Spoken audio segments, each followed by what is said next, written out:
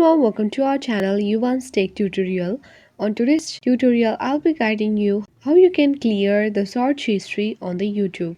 But before guiding you through the steps, make sure you have subscribed and hit the notification of the channel so that you can get notified about the further uploads on this channel. So firstly, you need to open YouTube, and on the top right corner you will see the profile of the YouTube. Just tap on it, and here you will see your data in YouTube.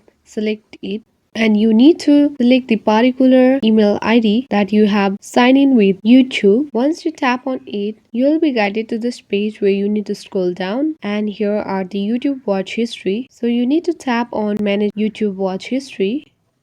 You will be guided to this page where you can see the delete option here. Tap on it, and on the drop down list you need to tap on delete all time.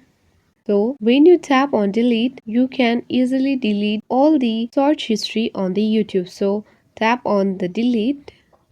So here you can see that the deletion has already completed and your search history on YouTube has already been cleared. This is it, guys. If you find this video useful, then hit the like button and don't forget to comment on the comment section if you have any queries without any hesitations. Thank you.